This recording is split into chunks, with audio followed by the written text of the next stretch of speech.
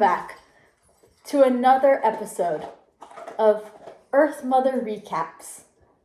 I'll be your host, Jillian Haggerty. Now, you may be wondering, Jillian, what shenanigans do you have in store for us today? And to that I say, don't worry about it. This is going to be a normal video. No shenanigans today. I just want to recap all the events that happened last session. So, take a deep breath, guys. It's going to be okay. All right, let's get into this recap. Again, I'll be your host, Jillian Haggerty.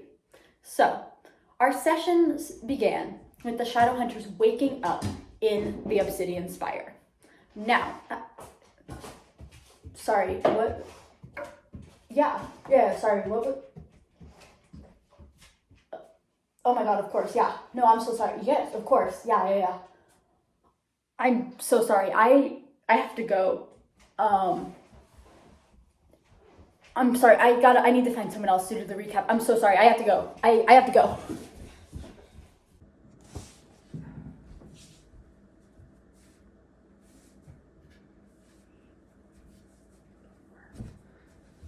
Hello.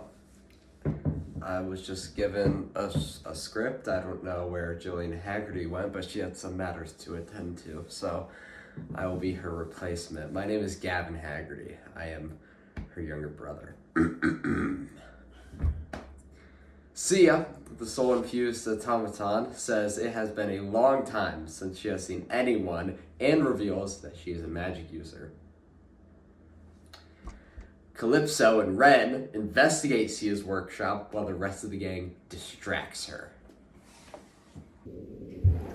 They find lots of undercooking writing and more drawings of dragon scales.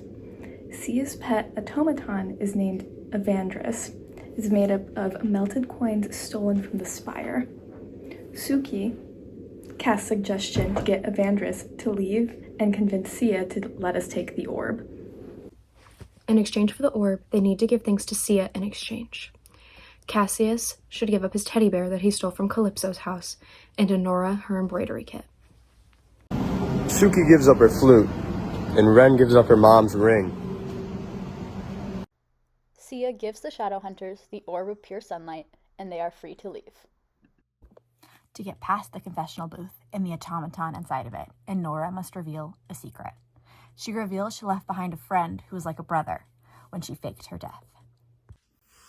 Waiting for the Shadow Hunters by the tree is Maleth, who takes off her ring to reveal she is actually a drow.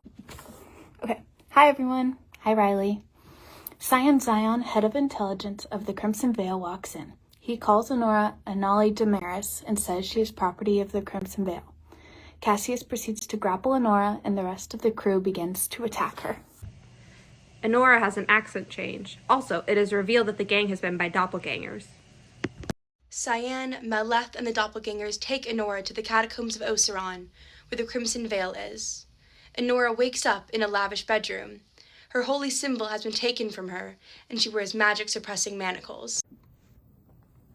See now, the rest of the Shadow Hunters wake up in glass cages that fly high above a gilded ballroom. They are unable to use magic, and any attempts to escape, they fail. The cages suppress any magic and everyone's stuff is gone. They now all wear plain white clothes. On the floor is mosaic art of a young Honora with a human woman. It is revealed that Honora is the princess of the Crimson Veil, and she has been sanctified posthumously. Hello, my name is Bailey Veach. The crew meets Honora's dad, Phelan Damaris, the king and harbinger of the Crimson Veil, who can barely walk. Additionally, Maleth is being called Anali and is considered the king's new daughter. The king, who seemingly knew Honora had faked her death, says he is happy to have his daughter back. But there can only be one. The king blamed Honora's death on the orcs to further the violence between the Crimson Veil and the Dekai tribe. Okay, so here's the deal, right? Here's what's going on. So Honora is forced to fight Maleth right now, right? But the king said, you gotta stop the fight. We gotta stop that before anybody dies. So like nobody dies right now because the king stopped it. So Honora and the rest of the gang wake up in separate cells in a dungeon with magic suppressing cuffs on. Honora finally gets the opportunity to speak to the gang. She believes she has been betrayed by her friends, despite their pleas. Honora realizes that the Crimson Veil has experimented with doppelgangers before. She was not betrayed. Instead, her friends were replaced.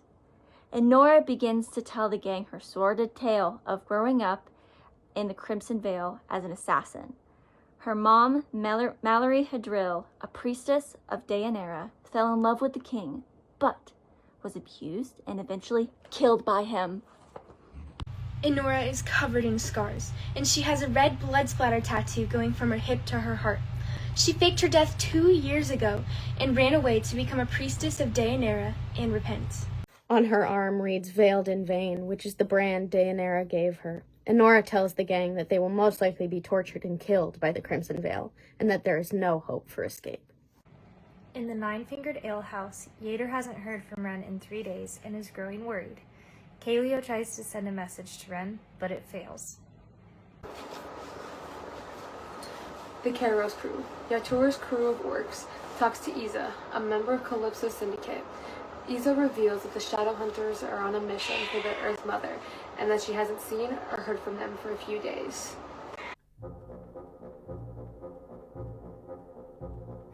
Maleth, who has been working with Yatur, tells the crew that the Shadowhunters were last seen in an inn in Angor. She tells the Kairos crew that under the cover of darkness they should go to the inn to see if the Shadowhunters are still there. Kaleo disguises himself as a drow woman so he can get into the inn and investigate the rooms. In the inn is Brahm, one of the Shadowhunters' lovely human compatriots, who is worried sick about them given that they seem to be missing. Ezekiel climbs the wall to break into one of the rooms. Kalo meets Brahm, and they talk about Shadowhunters. Brahm tells Kaleo that supposedly the hunters went to the Obsidian Spire. At the spire, guards were found murdered with Crimson Veil calling cards left on their bodies. Oh, am I too late? Did I miss it? Fuck. Okay. I hope I don't know who they got to cover for me, but I hope whoever they got to cover for me did a good job of explaining what happened. I'm so sorry. I guess to end things out, the Shadowhunters are now wanted criminals, and the session ends with Dakai Ethkaros being set aflame. So, Kat, you better not burn down Ren's house.